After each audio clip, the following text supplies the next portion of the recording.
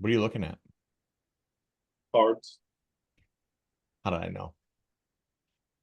Are they important to what we're about to do? Nope, let's do it. You're not going to advertise a card? Not today. I There's a will, co- however, advertise my sealed 2016 Donald Trumpian Donald Trump election cards. Wow. What's Yeah, the these are guarantee? What's the guaranteed this card in is the box? 2016 guaranteed auto. Guaranteed auto? Yep. Wow. Yeah, you got John Kasich last time, didn't you?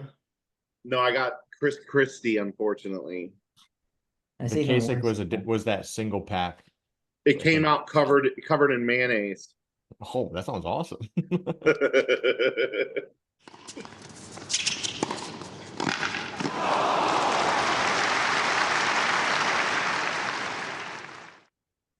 Hello and welcome to episode 26 of the Gambling Racket, the sports gambling podcast aimed at giving you the angles and insights into successfully betting on professional tennis. My name is Ben, and I'm once again joined by my co-hosts, Vic and Chris, to cover the last slam of the year, boys. We're already there. It's the end of August. This is going to take us into September. The U.S. Open is 24 hours away. I hope you're excited not only for the awesome competition, but because of the time zones being reasonably close to ours. So we can not have to wake up at 2 a.m. to watch some of the best tennis that we're going to watch this year. We're back on the hard courts. We're in New York City, and we are rooting for some Americans, I hope. But just to catch you Yeah, up, that's why we're wearing red, white, and blue. You know, you've got the two red shirts, my blue shirt, and my red and white hat. We're yes, going to sir. war. We're going to war in New York. USA is going to grab Grand Slam champion. Yes, Let's sir. go. Yeah, we're really working out this theme thing, 26 episodes into the podcast. So give us some feedback if you're loving what you see. But boys, we haven't checked in with the fans since Vic and I were in Vegas. We made a couple shorts. We won some money on PCB. In the meantime, we had the opportunity to see world number one, Yannick Sinner, take home the trophy in the Cincinnati. great state of Ohio, in Cincinnati at the Cincinnati Open Masters 1000 tournament, only to be quickly followed by some unfortunate news that has caused quite the stir in the tennis community. And it's got to do with performance enhancing substances and Yannick Sinner. Vic, what's your recap of the situation and your take on it? Yeah, so quick recap for everybody. Center pop for Lorapin or some shit like that. And the excuse that they gave that was accepted by the anti-doping committee was that his trainer put a cream on his hand and then because he got a cut and then gave Sinner a massage. And Sinner has what's that shit where you got His own scaly? open wounds. Yeah, what's that thing when you have really dry skin, like scaly skin?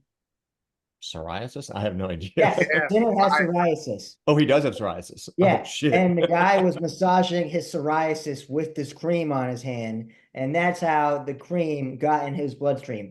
Oh, Apparently, the levels of the drug were like, practically subatomic here, like so low, like picograms, right? If anyone follows the UFC and you remember John Jones's drug testing issues with picograms of cocaine and shit like that, it's picograms, and it's the same thing where they said, oh, it didn't have performance enhancing benefits because it was such a low dosage.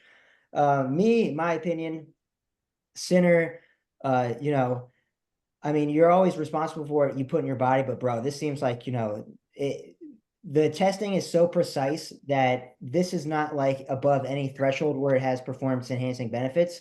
So I would say, this is not worthy of a suspension or anything like that. And I think that's the thing people are not focusing on. They're just focusing on positive tests. Bro, we're talking about fucking picograms here. You know what I mean? Like this shit is not, it's not really in his system. You know what I mean? It's like getting hotboxed in a stadium. You know what I mean? Like you're not really that high. Like what an not analogy. Grateful Dead. I don't know, a different band. I don't know. Fish? the Dave Matthews Band. Fish? Sure, sure. maybe that was a bad analogy, but but I don't think it had any I mean, effect. So why they didn't the suspend take him. is And I bad. think, The analogy's bad. It's just bad. Oh, you think the I take think, is bad? Let's hear. Take is yeah, go terrible. for it. What do you think? Yeah, I'm interested. Listen, kids, if I find pictograms of anything in your system, that means it's because there was grams of it in your system at one point. Don't try to church it up for me, boy. He's a fucking cheater. He was caught fucking cheating. If he wasn't number one in the world, he wouldn't be playing fucking tennis. So get him the fuck off the court. All these other players that are mad have every right to be mad. You don't treat it differently, whether it's the number one player in the world or the number 1,000 player in the world. This dude should not have won the Cincinnati Open. He shouldn't have been playing. He's a freaking dope fiend. He's a cheater. He's a little pussy Italian boy. Fuck Yannick Sinner. Fuck cheaters. He's no better than anybody else. Ben, you got to clip that. You got to clip that for Twitter short or YouTube short. That'll go viral. Yeah, That's a good. that was a flaming hot take. That was awesome. Good Especially rant. because Good rant. most of those creams have like milligram concentrations of the actual steroids in them, but Chris says there's grams of it. He must have been taking the tubes and squeezing them down his throat by the dozen. That's a lot. Your eyes are so fucking red and chappy and stuff right now. That rant, I was cracking up, bro. Oh my goodness. I highly doubt that Sinner needs performance enhancing drugs to play the way that he plays tennis. I think he is naturally gifted. I think he's deserving of being the world number one. I would be shocked if the story was any different than what we've heard from the investigators about the way that it's fucking weird.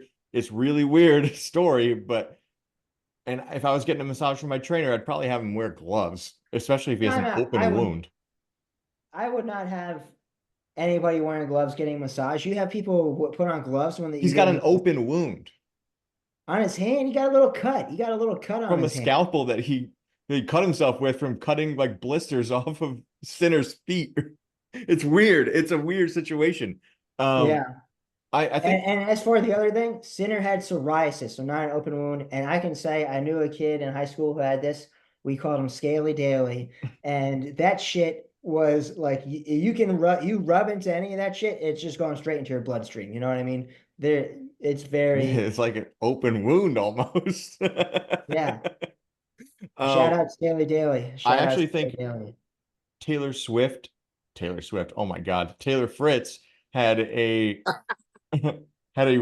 reasonable take about this one, and that the actual controversy should be about the inconsistent way in which rules are applied. Like there was no knee-jerk reaction to the discovery like there has been to other players, most notably Simona Halep. And how long did they give Sinner? How long was his grace period before they actually revealed this to the public and he just got to keep playing tennis? Months, because he had the positive test at Indian Wells. So right after he lost at Indian Wells is when he popped positive. And then he withdrew from the tournament the week after. So it wasn't an issue because he got hurt at Indian Wells with his hip or whatever. Right. So again, I agree with you guys 100% on the transparency and the fact that this should be the same treatment for all players. Because like to me, when you provisionally accuse, suspend somebody for fucking doping, and that's like a stain that like never goes away. You know what I mean? So I think that they should do all people the way they did Sinner on this one. But it should be the same. You know what I mean? I agree. Yeah. 100%. It should be the same. A couple of folks that were very notably incensed about this inconsistent application of policy were Nick Kyrgios and definitely Denis Shapovalov, who have been very vocal about this on social media. And not only that, but it has very recently been amplified by the non-default ruling against Alex Michelson in the final at ATP Winston-Salem after he went down 4-0 in the first set and was so upset with himself that he launched a ball with his racket into the crowd and hit a fan. And seemingly because the fan said, I don't feel like I got hurt by it. I'm okay. The fan, she's like, I'm okay, don't worry. She's rooting for Michelson, so good for her. Good for being a fucking partisan. You Team know, player. yeah. If that other son of a bitch had hit the ball, I'm sure she would have said, "Oh my God, I can't continue." That other son of a bitch, Sonego, he's your hometown boy. Yeah, the pizza maker. That Italian hit me. That's what she'd be screaming. Yeah. So yeah, well, that only has Chapo and Kyrgios feeling super justified about their recent takes, even though most of, from what I've seen, at least on social media, a lot of the top tier tennis world doesn't seem to agree necessarily, or they're at least softening their language a little bit, including So I saw Zverev, Taylor Fritz. Alcaraz said something Alcaraz. to the Spanish press where he was like, um, It's it is very what difficult to it is. talk about this topic right now. What? He said it's very difficult to talk about this topic right now, as if Yeah. he was talking about somebody dying. Yeah. He said it is what it is and that there was something there. You know what I mean? So he kind of like almost sounded a little Chris-like, where it's like, there was something there. But he didn't really say too much to the English press. It's like, it's hard for me in English. But I could see this being a little bit of a, jumpstart to the rivalry between these two. Instead of this fucking broness they're doing to each other. Like, no, man, you're number 1 and 2 in the world. You guys should fucking hate each other. You should fucking hate each other You right know, now. this is your consistency and principle. It makes no sense. I agree with I Chris. want you to shake hands and have great sportsmanlike conduct, but hate each other. Hate each other. Why to the death. Yeah, I don't know. I just I think that you need to have like that. send bomb threats to each other's families, but shake hands at the net, okay?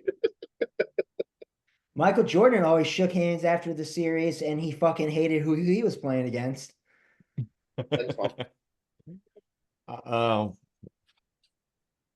I I like healthy competition. That's all I'll say. Yeah, I'm not saying that you should, call in bomb threats or do anything like that, but yeah, you should be like, I want to beat this motherfucker, not like, oh, good point, bro. No. It'd be like, fuck. He's a very good competitor. Yeah. All right. Well, we're So speaking of competition. Do we want to get into the odds of the U.S. Open now? Is that a good segue? so I guess that's as good as we're gonna get. So Sinner, with his world number 1 ranking, his win in Cincinnati, he is riding a relative high into the U.S. Open, and so Except for high. having to fire 2 of his team members and being called a cheater by everyone in the world. Yeah, Relative high. yeah, still. He is, despite being the number 1 seed, not the betting favorite. So, Vic, kick us off. What are we looking at futures wise at the U.S. Open men's singles draw? All right. So winners, we got Alcaraz is the favorite at plus 200. Joker is plus 250. Sinner is plus 350. Zverev is plus 800. Medvedev is 1,600. Rublev is 4,000. Fritz is 5,000. Holger Rune 6,500, and Tsitsipas and Tommy Paul 8,000 each. Let's do the both winners before we announce the grand winner. Yeah. Sure. I should note that those odds are on DraftKings. You're going to Yes, find those are the DK lines. there's a pretty significant difference between that and Bovada. Bovada actually has Djokovic as the outright favorite at plus 200, Alcaraz plus 210, Sinner plus 350, Zverev plus 850, Medvedev plus 1400. The rest is pretty much in order, but you can find seemingly better odds for different players. So make sure you're shopping around those lines like we always talk about. Always shop around those lines. Always shop around those lines. Even if it's just DraftKings and FanDuel, I mean, it does make a difference, like you said. I mean, plus 1,600 plus versus plus, 1,400. Fuck yeah, I want an extra $200, bro. So yeah, absolutely. So yeah, Vic, I agree. Let's go through quarter by quarter. What I want to hear from you is the odds, and I want to hear who the top American in each quarter is. All right, you got it. So quarter 1, we've got the cheater himself, Yannick Sinner, minus 165. Medvedev, plus 300. TT plus 1,000. Tommy Paul, plus 1,300. FAA, plus 1,400. Oh, Tommy Paul was the top American, plus 1,300. Arthur Fees plus 2,500, Nicholas Jari 4,000, Flavio Cabali 4,000, and Alex Michelson 4,000. So yeah, Ben, who do you like out of quarter one? Man, every time I keep coming back to thinking like this is going to be Medi's time, he does something fucking stupid and he has a really bad game and he just collapses in like the quarterfinals. And as much as I'm a believer in headlines having a big impact on players. I don't think Sinner wins this quarter. But fuck me if it has to be Medvedev right behind him to really come through and make the semis for us, because he usually lets me down. I'm going with Medi anyways because I'm a med head, but yeah, it's going to be a tough road for him. This is I think a good opportunity for guys like Tommy Paul to really come through as well. I'm guessing you're going with Tommy Paul. Medvedev has Lajovic, then Morozhin or Mehedovich in the second round, then probably Cabali in the third round. Fourth round would be Tsitsipas or FAA, and then it'd be Sinner in the quarterfinal. Yeah. So yeah, like you said, some guys have been in good form in that path. Cabali's been in really good form. Morozhin's been in good form. Mehedovich, or however the fuck you say this kid's name, he has not been in good form. I sweated out a fucking 5-unit max bet on him in the qualifying, and it was way closer than it should have been. But he can always play. Next gen champion from last year. So yeah, that bottom half of the first quarter is tough. I'm right there with you. I'm going Medvedev. I think he's going to come out of this quarter. I think it's time for Medvedev, and I think Sinner is going to be distracted. So if there's a time to take out Sinner, it's right now. I don't like Tommy Paul here, actually. I mean, his path, he goes through Sonego, who just won Winston-Salem, just won a 250. Then you'd have Fees in the third round, and then Sinner in the fourth round, and then Medvedev in the quarterfinal. So a bit of a tough road for TP. This is going to surprise you guys. So I just want to say this, like, I'm turning in my hater card here. FAA plus 1,400. Yo, this motherfucker's been winning, right? Like, yeah. You heard it here. I'm going to do a quarter unit on FAA to win this at plus 1,400. I just think that I think he's going to walk into the fourth round against and then, like you said, Medvedev is always there to choke, right? He has a tougher path there. So I'm going to go FAA plus 1,400 for just a quarter unit though, just a quarter unit. So that way when he loses to Mensik in the first round, I'm not cursing his name too badly. Well, we've got Chris left to potentially back Tommy Paul. Chris, are you doing it? No. Oh, damn. Okay. Do you have a pick? Nothing in this quarter. I agree with you. Jannik Sinner is going to have a tough time winning the quarter. I don't believe in Daniel Medvedev. You know, I've never believed in him. So just sitting that one out.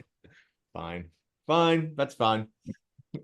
All right, let's go on to Q2, where we've got Carlos Alcaraz minus 230, Demon plus 1,100, Sebastian Corda, the top American, plus 1,200, Hurkacz plus 1,200, Kachanov 1,600, Draper 1,600, Safulin 3,000 to BO 3,500, Arnaldi 3,500, and then Shapovalov, who's been talking all that shit on Twitter about Sinner, plus 3,500.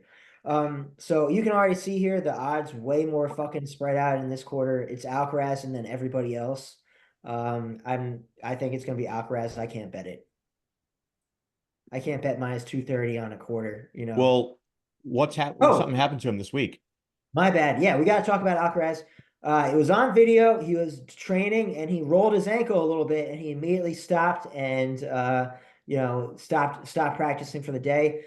He said he's fine, but something to keep an eye out on. He did have that really bad ankle sprain early in the clay season during the Golden Swing. I think it was down in Peru. He fucking turned his ankle really bad on the second point of a match and cost me some money. So those are ankles that can break. So keep an eye on it, people. But it is Alcaraz versus everybody else in this quarter.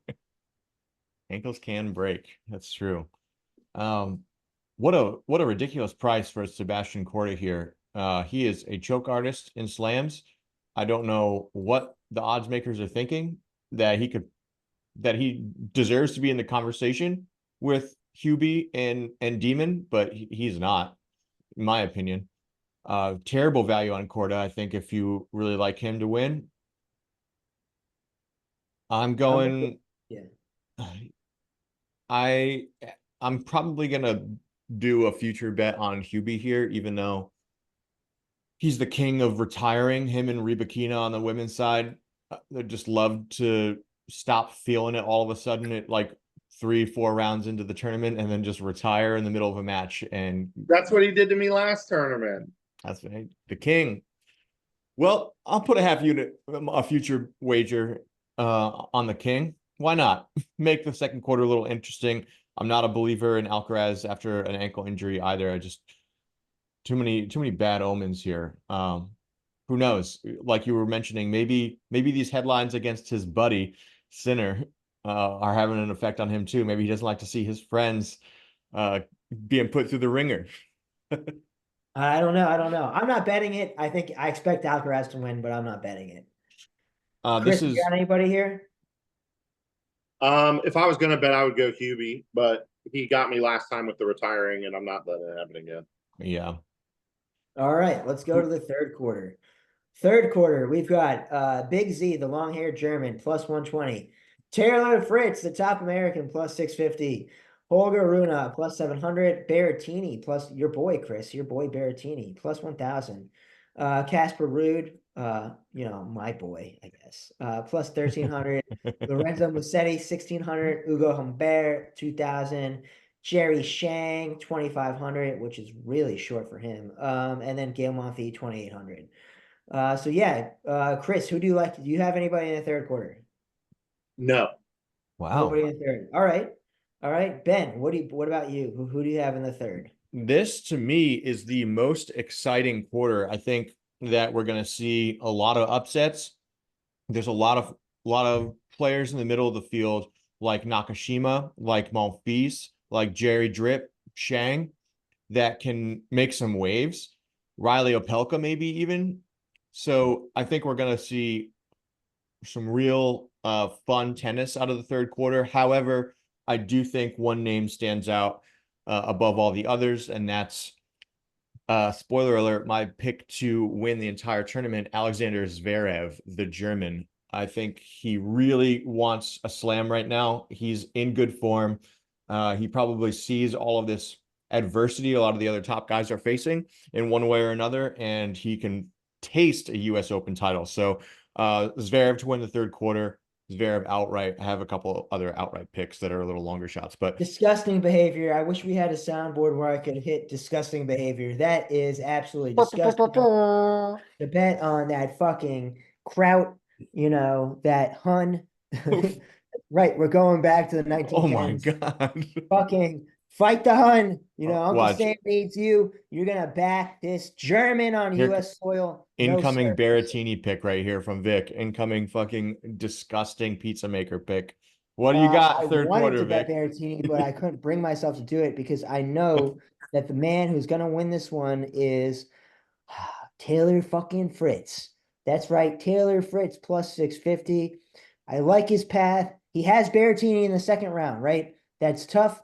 But then third round, he's probably going to end up with Stricker, I think, who will be a little faded at that point. And then Casper Ruud in the fourth round, not his best fucking surface. And then we've seen Fritz go head to head with Big Z. There's a bit of a rivalry between the two of them. And Fritz, I think, is just the better player right now. I don't know. I'm just going with fucking Fritz. I feel like he's been on one. Like he let us down in Wimbledon, but he let us down to win the quarter because he didn't win the quarter.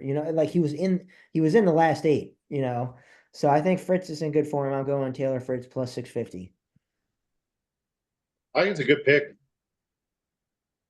I think it's fucking. I'd much rather be on Fritz right now than Tommy Paul. Yeah, I think Fritz is definitely the best shot for the Americans to find themselves in the semifinal. But let's get to the fourth quarter where we can talk about the last two American hopefuls. So in the fourth quarter, we've got Joker minus 230, Rublev, the always volatile Ruby plus 600. Ben Shelton plus 1100. USA all the way. Francis Tiafoe plus 1200. USA. Then you've got Dimitrov plus 14. Yuri Lehechka 25. Popperin 2800. Chris, you got anybody here? I like how Popperin's playing. I don't like him enough to win the whole quarter. So no, I didn't. I don't have too much on the future landscape. Oh, one thing I forgot to mention is Joker was practicing with Rune earlier in this week. And they were practicing on one court and they're supposed to go to another court for public practice. And something happened where Joker, like, he didn't go to the second half of the practice because he like kind of felt something in his knee. Right. He just got that knee surgery. So he's played a lot of tennis on that recently fucking reconstructed knee. So something to keep an eye out there, even though he's minus 230. Ben, who do you like here? I hate myself for doing this, but I think that if anyone is huffing super amounts of copium right now, it's Francis Tiafoe. This dude is top tier diluted into thinking he is the best tennis player in the US, probably the best hardcore tennis player. And he can ride, as we just saw in Cincinnati, he can ride that a pretty good ways. I don't understand why him and Ben Shelton have the same odds here. That's weird to me. Ben Shelton has been in mediocre form at best. He just he gets in his own head and he can't execute in a lot of the matches we've been seeing him in lately. And Rublev he's like a fucking hand grenade, or he has a hand grenade in his head with the pin pulled that can go off at any goddamn time. It's crazy. I mean, betting on him for a futures pick is crazy. And yeah. You mean his mental health is like a ticking time bomb? Yes, exactly. And Djokovic is way too much of a wild card, not only because of the injury, because he just won gold. I don't know. No one knows if his trajectory is up or level or down after that. You know, does he feel like he's accomplished it and he's kind of riding the wave, or is he's finished for the next thing? He's finished the game. Yeah, right? He wore his gold medal to practice. So did he really? I did not see that. Yeah. I think all the Joker hater Twitters are going off. Look at this D-bag wearing his golden medal. Like, hey, you know what? Why don't you go get one of those gold medals and tell me if you feel like wearing it or not? And you can wear it while you tweet. Yeah. Fucking idiot. So yeah, I think Tiafoe actually has a reasonable shot as long as he plays the way he did. He looked really good in Cincinnati. I'm a little scared of Dimitrov, but that's it. That was my pick, Tiafoe plus 1200. I thought I was going to be like, you guys aren't going to like this, but I'm going Francis. You know, I softened the blow for you. Yeah, I like Francis Tiafoe here as well. Everything you said, he's on a bit of a tear lately. He's got his new coach. That's the thing we said about Francis all fucking year. Ever since he fired that Austrian fella at the end of last season, he's been dog shit. With Austrian fellas don't get slurs, but Zverev gets kraut and hun. I don't have a problem with the Austrians. I like Anna sausages. But anyway, he's got Bobby Witt as his coach now. Fucking major error by Sakari to fire him. Insane. She let him go after Wimbledon because she didn't make it to the second week, when she'd been like some of the best results of her recent career in the early part of the year. And what happens? Fucking Tiafoe hooks up with Bobby Witt. Bam, Cincinnati final, bro. Like, this guy can fucking coach. Tiafoe's all he needs is a good coach because he is an elite athlete. I love Tiafoe plus 1200. Give me two fucking Americans to be in the semifinal, man. Give me an American in the final. Fritz Tiafoe semifinal. Sign me up. All right. Let's go to the winner. Who do you got outright, Ben? Well, I already gave you that spoiler. I've got Alexander Zverev. What did you say the DraftKings line was? I've got 850 on Bovada. Bro, I just accidentally drafted Joe Burrow instead of Joe Mixon, and I'm not even kidding. I'd rather have Joe Burrow than Joe Mixon. So yeah, I kind of would too. I just took him as I just took Joe Burrow for no reason. You're too focused on that Gandalf pipe. The danger is the dangers of drafting during the podcast. But Zverev is plus 800 on DraftKings. Okay, so I'm gonna bet him on Bovada then at plus 850. That's my outright pick. I'll throw in another one later after I hear you guys' picks for outright winner. All right, I'm gonna take our boy. I'm gonna take our boy who's had a good fucking year. When you really look into the numbers, is Medvedev has had a pretty good fucking year. He hasn't won any titles, but I mean he's been there he's usually playing late into tourneys. Let's let Medvedev get his second fucking Grand Slam. Let's go. Medi plus 1,600 on DK. Okay. All right. Chris, what do you like? You can't even pick a winner for the tournament? Is it really playing as slow as people are saying? That's what I want to see, man. Before I try to pick a winner, trying to pick a winner right now seems nearly impossible. The qualifying has been playing slower. Qualifying has been playing slower, but then at the qualifying final, it seemed to pick up a bit. Like fucking Mehedovich was like blasting like 135 serves. You know what I mean? Like it looked like it was moving a lot faster. Once at the end of the qualifying. So I don't think it's going to be too slow. I don't think it's going to be Australian Open fast, but I think it's going to be, Miami, not Miami fast. A little slower than Miami. Ben, what's your guess? I am hoping that it stays a little on the slower side because I want to bring this full circle. I am going to, if everything gets turned on its head that we've talked about so far, the courts stay relatively slow. Chris, thank you for bringing that up.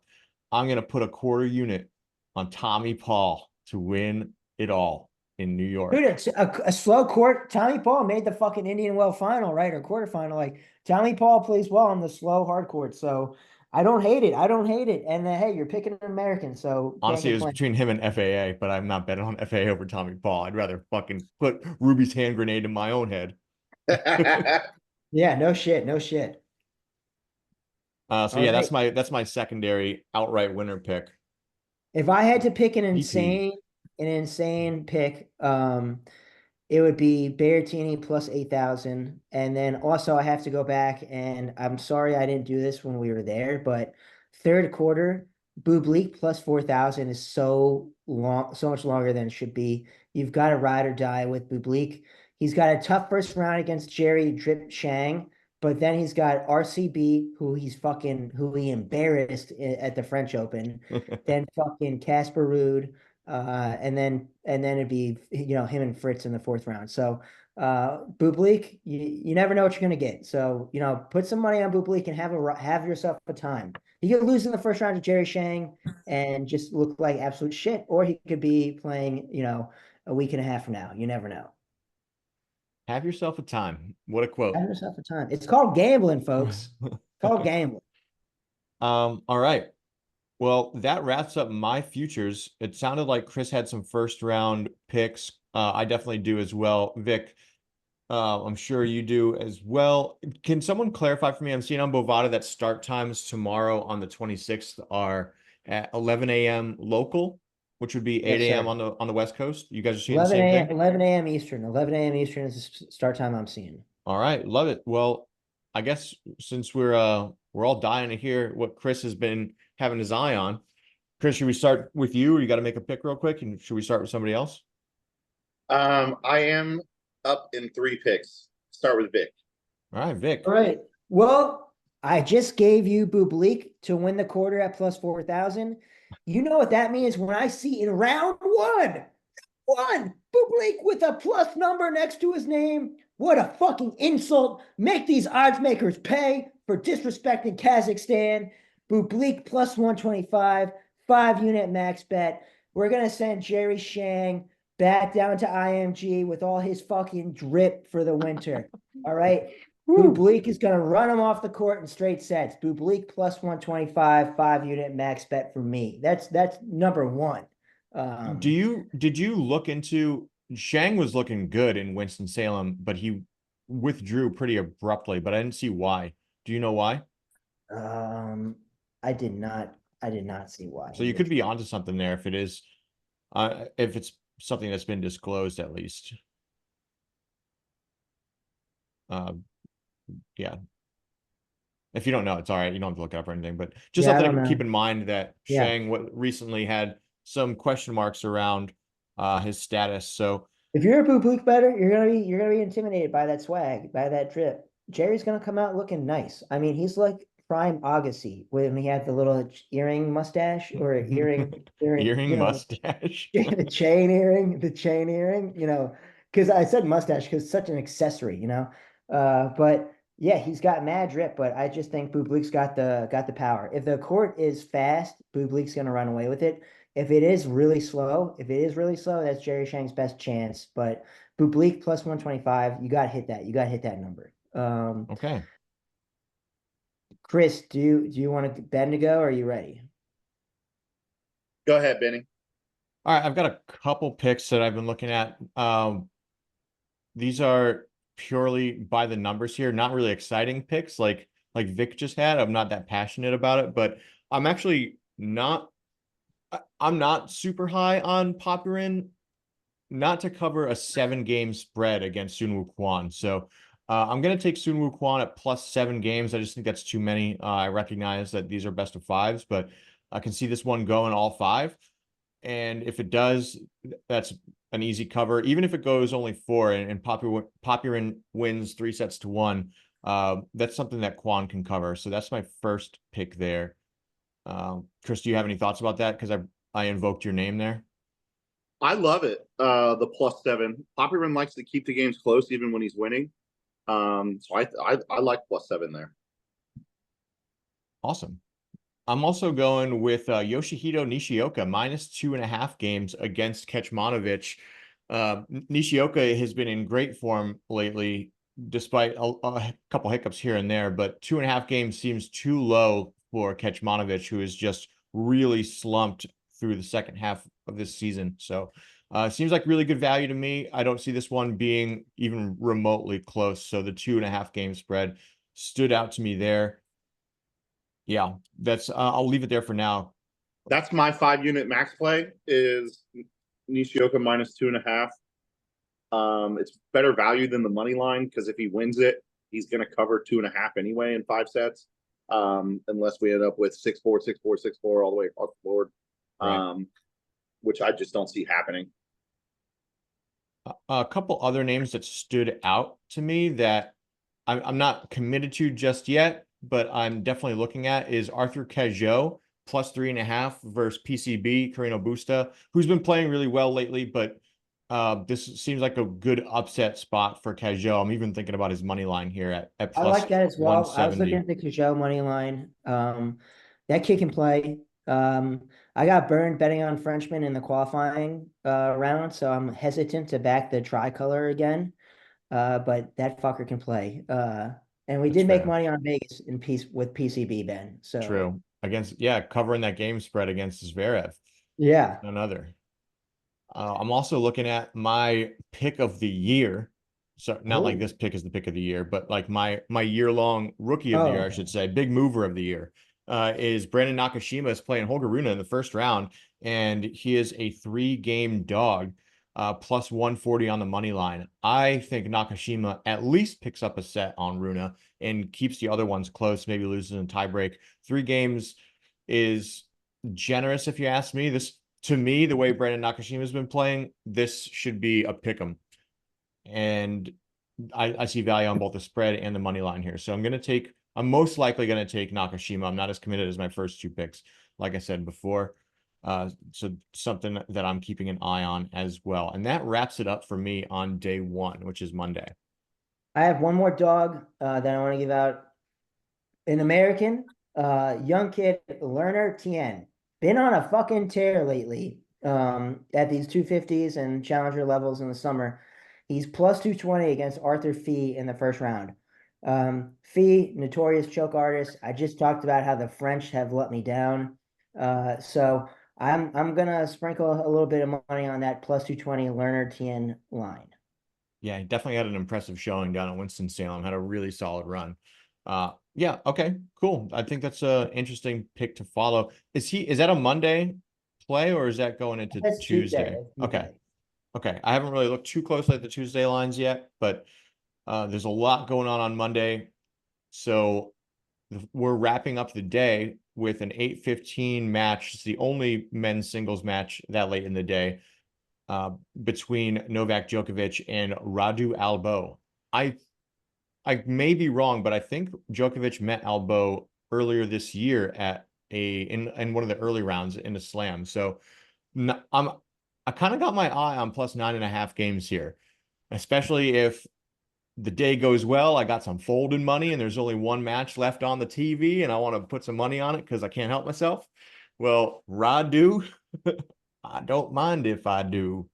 Yeah, seriously, what a cool first name. Radu Albo. His first Moldovan to break in the top 100 ever. Really? Good. What a fact.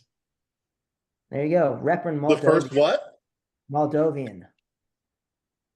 To break into the top 100 ever. And he's going up against Novak Djokovic. Sucks. Yeah, well, India is the country with the highest population to ever get no medals in the Olympics. They got no medals? Damn. No, sorry, no gold medals. I don't know if no it's gold no medals or no gold medals. Time out. We're not going to insult one of our big target audiences like that. The Indians didn't get the gold medal because they didn't want that shit, bro. They focus on cricket, shit that matters, bro.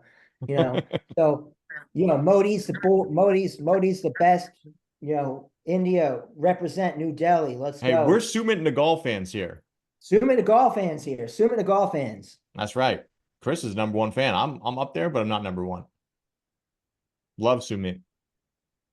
All right, that wraps it up for day one and futures betting for the Gambling Racket at the U.S. Open 2024.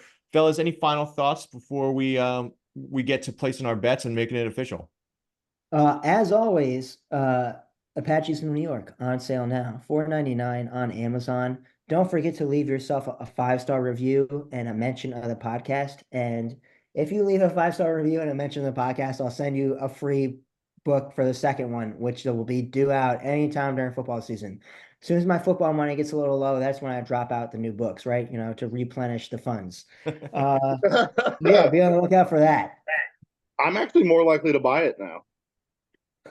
Thanks. Thank you. All right, I don't want you over there profiting, investing that money. I want it to go right back to the book. Right back to the book. All right, Chris, I want a parting thought from you. Now that college football has officially started, day one was yesterday. What are your thoughts on Ohio State being the preseason #2? Do you have high hopes for them? I actually looked today at the future game line for Ohio State versus Oregon. Ohio State versus Oregon was scheduled like 6 years ago, and it just so happens that they're going to be 2 of the top 5 teams when they play. They have Oregon -1. Are they in Oregon? Yeah. Matt, I guess that's home field advantage right there. Wow. Bingo. But if you are smart, you will take Ohio State to win the national championship, and you will get some college football playoff parlays in there. All you got to do is pick 8 of the top 12 teams to make the college football playoff, and you are going to get paid. Wait, on what do you mean? Is this? What is this? Yeah, what are you talking about? On FanDuel or DraftKings, you can pick college football playoff contenders, and as long as they make the college football playoff, you can parlay them together, and you get pretty good odds because, there's some gimme teams like an Ohio State or a Georgia that they're so going it's not like any special thing where you have to get 8 right and you win a certain amount of money. It's more of a you can just do parlays. Just making parlays of. Yeah, just making parlays. But all you gotta do is get 8 out of 12 of them right, baby. That's true. Are you round robining them or what? Yeah, I got a bunch of different parlays made up of 4 to 12 teams. Nice. That's not a terrible idea. I need to see if I can do that on my 2 long shots to make the college football playoffs. I'm talking it. Kansas to win the Big 12 and to make college football playoff. They're around plus 1,000 on each of those. And then SMU had a shit showing against Nevada, so you're going to get a good number on them, whatever it is. SMU to win the ACC and to make the college football playoff. There you go. Take that shit to the bank. Damn, right to the cashier. All right. Well, thank you again for joining us for episode 26 of the podcast. While you're here, make sure you're hitting that subscribe button, like the video so you see more of what we're pumping out. And hit us up in the comments. Let us know what you think about Sinner's doping Go to war situation. with the book. Are you on Kyrgios and Shapo's side? Are you concerned about Alcaraz or Djokovic's recent injuries, or just who do you got to win the US Open? What matchups are you looking forward to the most? We want to hear from you. In the meantime, make sure you're following our socials so you get live plays from us. The main account's at Faulty Picks on Twitter, and it retweets all three of our personal accounts as we make picks, so you'll catch everything there. And head over to Spotify if you like listening to the podcast in just audio form. We upload all the episodes at the Gambling Racket Podcast on Spotify. Fellas, thank you again for the episode. Good luck in round 1 tomorrow, and we'll catch you all on episode 27 with a mid-tournament update for the US Open and maybe a couple more futures updates. But in the meantime, best of luck, and I guess we'll see you at the cashier for tennis and college football. You guys remember when Bobby Boucher showed up at halftime and the Mud Dogs won the Bourbon Bowl? I sure do, Chris. Yeah. All right, flip some pigeons, boys, and we'll send it out. See ya. They're dubs. Sorry. All right, nice work.